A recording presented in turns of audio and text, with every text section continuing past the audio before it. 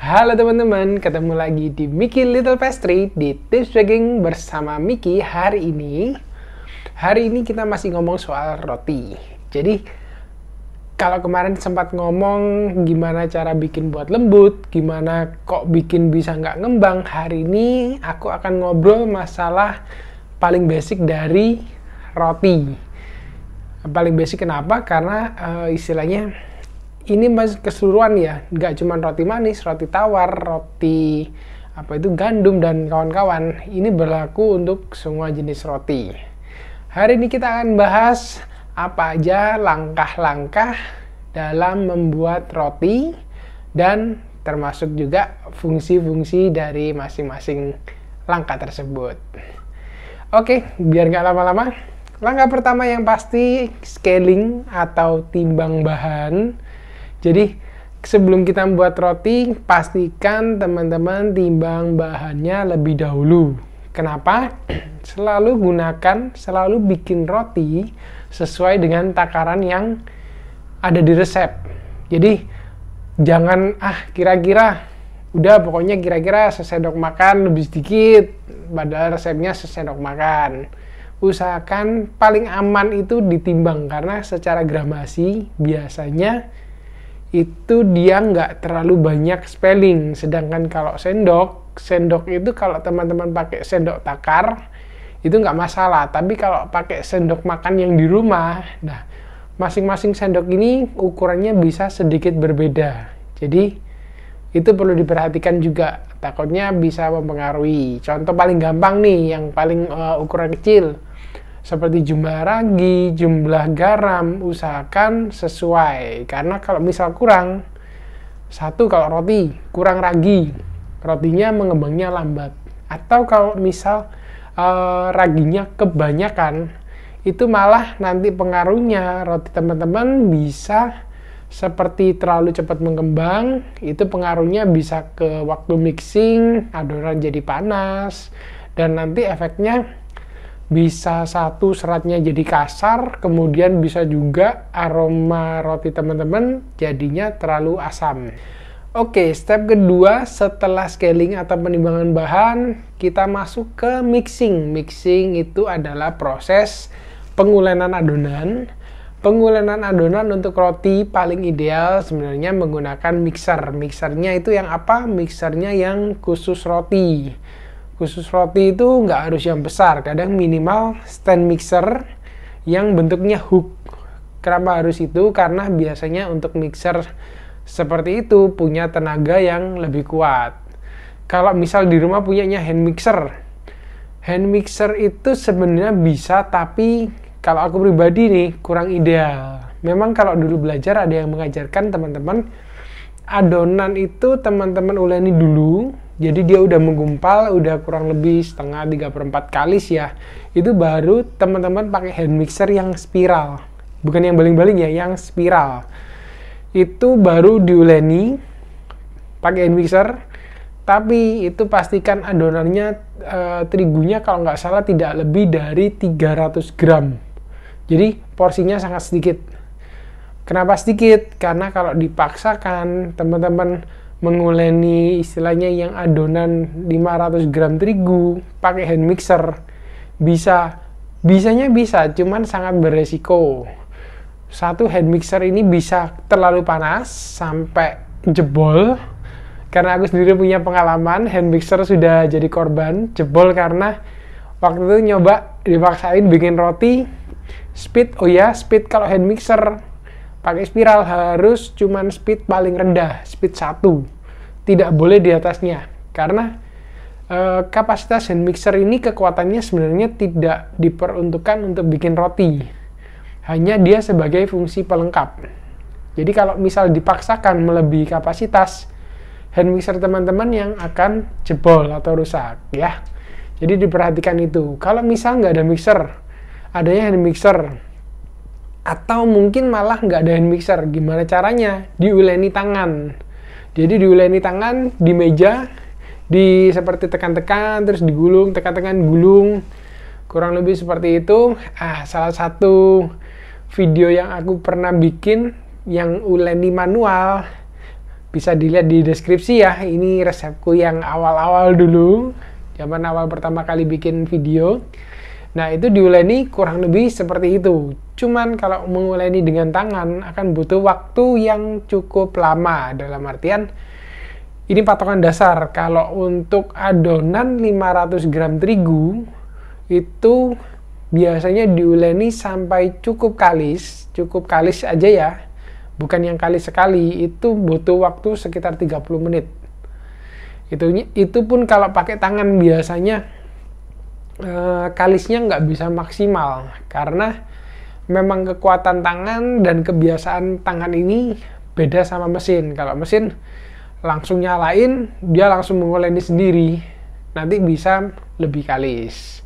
Nah, itu seputar mixing. Jadi mixing pastikan adonan itu cukup kalis, khususnya seperti roti manis, roti tawar, itu biasanya mereka butuh kalis. Tapi untuk adonan-adonan yang European bed, roti Eropa, itu kadang mereka tidak perlu yang sampai kalis sendiri. Jadi teman-teman perhatikan, cek di resep kebutuhan masing-masing resep yang teman-teman buat. Oke, setelah mixing, setelah adonan sudah kalis, kita masuk proses rounding dan resting. Rounding itu apa? Jadi yang adonan kita angkat dari bowl mixer, kemudian kita bulat-bulatkan di meja. Setelah itu kita tutup dengan plastik biasanya, atau mungkin ditutup bowl pun nggak masalah. Yang penting tidak kena angin.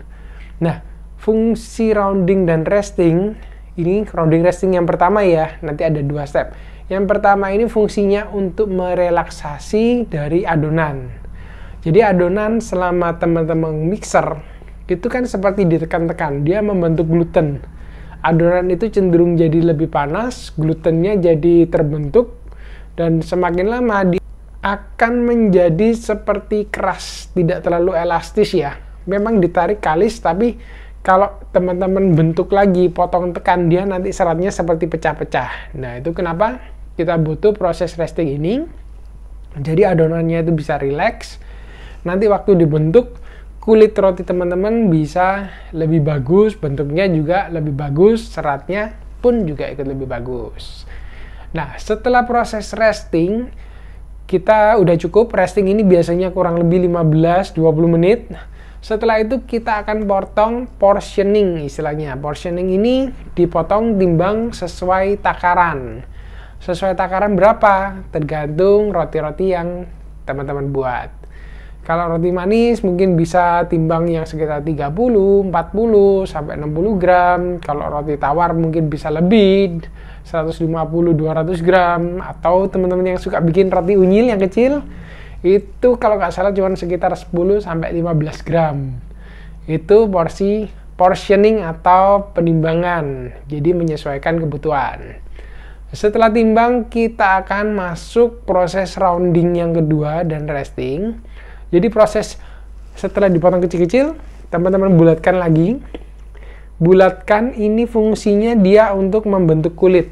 Karena setelah bulat kan, setelah ini kita akan bentuk entah mau diberi isian atau dikepang atau dibentuk apapun lah. Itu kalau teman-teman rounding di proses ini kurang rapi, nanti roti teman-teman setelah dipanggang, kulitnya itu bisa sedikit seperti kasar, kadang itu yang seperti keriput, atau mungkin ada juga yang gelembungnya nggak rata. Itu pengaruh dari rounding. Jadi pastikan rounding teman-teman pas. Roundingnya gimana? Pakai tangan, itu pastikan adonannya menempel di samping-samping. Nah, mungkin next lah aku sambil tunjukkan kalau prakteknya gimana, detail kurang lebih muter seperti ini. Itu proses rounding.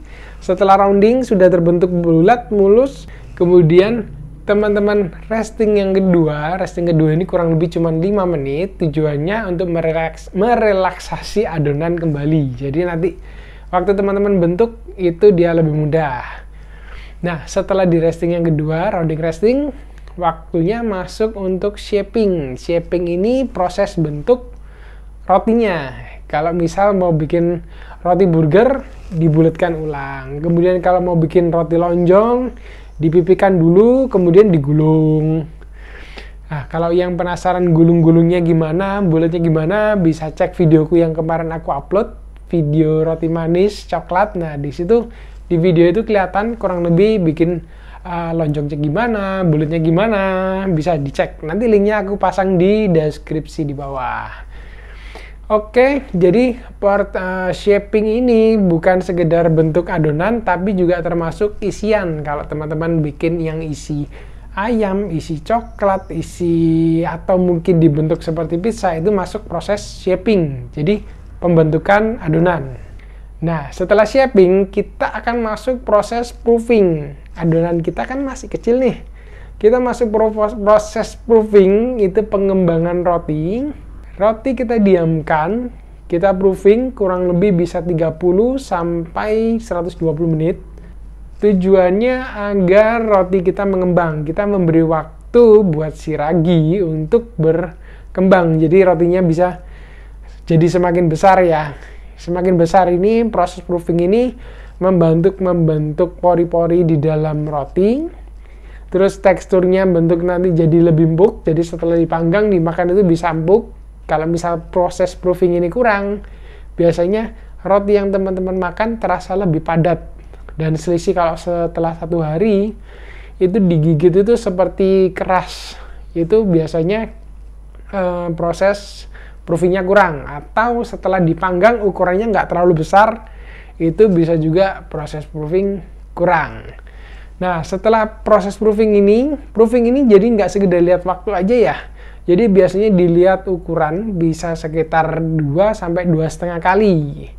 Dan idealnya proofing ini gimana? Proofing seperti yang aku sebutkan di video sebelumnya. Jadi proofing ini idealnya di ruang tertutup dengan suhu yang terjaga, kurang lebih di suhu 35 sampai 40 derajat Celcius. Nah, dan kalau yang lebih bagus pakai box proofer, itu dia kan ada kelembapan dijaga. Itu tujuannya biar roti teman-teman nggak membentuk kulit, jadi ukurannya lebih maksimal. Setelah proses proofing selesai, kita akan masuk proses baking ya. Jadi setelah di proofing, kita akan panggang. Tapi sebelum panggang biasanya ada sedikit proses topping atau finishing untuk roti-roti tertentu. Kalau finishing sederhana biasanya cuma dioles telur, bisa telur campur susu, macam-macam. Kalau misal topping itu seperti bikin mokaban, atasnya diberi topping yang seperti adonan coklat itu ya, cookies, itu sistem topping juga. Kalau sudah di topping finishing, kita masuk baking. Proses baking itu proses pemanggangan. Jadi adonan kita yang sudah mengembang, kita panggang, dia akan mengembang lagi. Istilahnya oven spring. Oven spring ini biasanya dia mengembang kurang lebih bisa sekitar 30% dari ukuran awal. Jadi roti teman-teman bisa sedikit mengembang lagi. Nah, untuk lama ovennya pun bervariasi tergantung jenis roti, dan untuk lama suhu ovennya pun juga tergantung jenis roti. Jadi sesuaikan. Dan pastikan kalau misal roti teman-teman masuk oven, suhunya sudah sesuai yang disarankan. Oke, proses baking, pastikan dia benar-benar matang. Matangnya itu paling mudah dilihat dari warna kulit. Warna kulitnya yang dilihat gimana? Bukan sekedar atas. Atas mungkin bisa coklat ataupun kelihatan pucat, tapi perhatikan juga di bagian bawah roti. Jadi, roti yang menempel di loyang, kalian teman-teman coba cek, diangkat sedikit. Kalau bagian bawahnya ini sudah cukup coklat, biarpun agasnya agak pucat, biasanya sudah cukup matang. Biasanya, tapi lebih aman teman-teman cek juga. Jadi bawahnya udah coklat, atasnya coba teman-teman tekan-tekan. Kalau dia sudah firm, itu tandanya sudah matang. Nah, kalau misalnya bawah terlalu coklat, itu biasanya kenapa? Karena suhu oven bawahnya, api bawahnya ya, itu terlalu panas. Atau biasanya kejadian itu di roti-roti yang bukan roti, oven yang pakai api bawah aja. Itu terkadang kita api bawah kita paksa terlalu panas dulu, bawahnya cenderung sedikit lebih gosong. Nah, itu proses baking. Jadi setelah proses baking, kita angkat, kita keluarkan dari oven, kita masuk proses cooling. proses cooling atau proses pendinginan. Jadi adonan roti keluar panas, ini kan dia masih panas sekali, mengeluarkan uap panas. Itu kita harus diamkan, didinginkan. Dinginkannya kalau bisa pindahlah ke cooling wire. Jadi yang jaring-jaring itu ditaruh di atasnya. Jadi uap panas ini keluarnya lebih bagus, bawah keluar, atas keluar. Tapi kalau ingin mempercepat jangan di kipas angin, karena kalau di kipas angin, kalau selagi uap keluar, ini kan seperti didorong. Nanti kelembapan roti teman-teman banyak yang ikut keluar, jadinya roti cepat kering.